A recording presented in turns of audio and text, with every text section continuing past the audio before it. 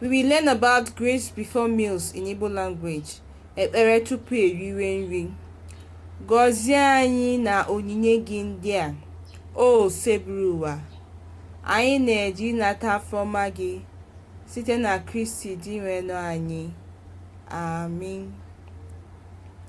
Gọzie anyị na onyinye gị ndị a, o seburu ụwa.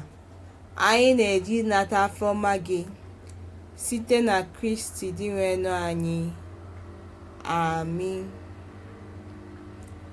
Gọzie anyị na onyinye gị ndị a, o seburu ụwa. Anyị na-eji nata afọma gị site na Kristi dị nwenụ anyị. Amen. Gọzie anyị na onyinye gị ndị a, o seburu ụwa.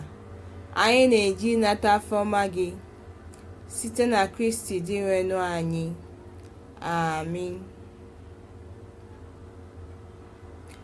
Gọzie anyị na onyinye gị ndị a, o seburu ụwa.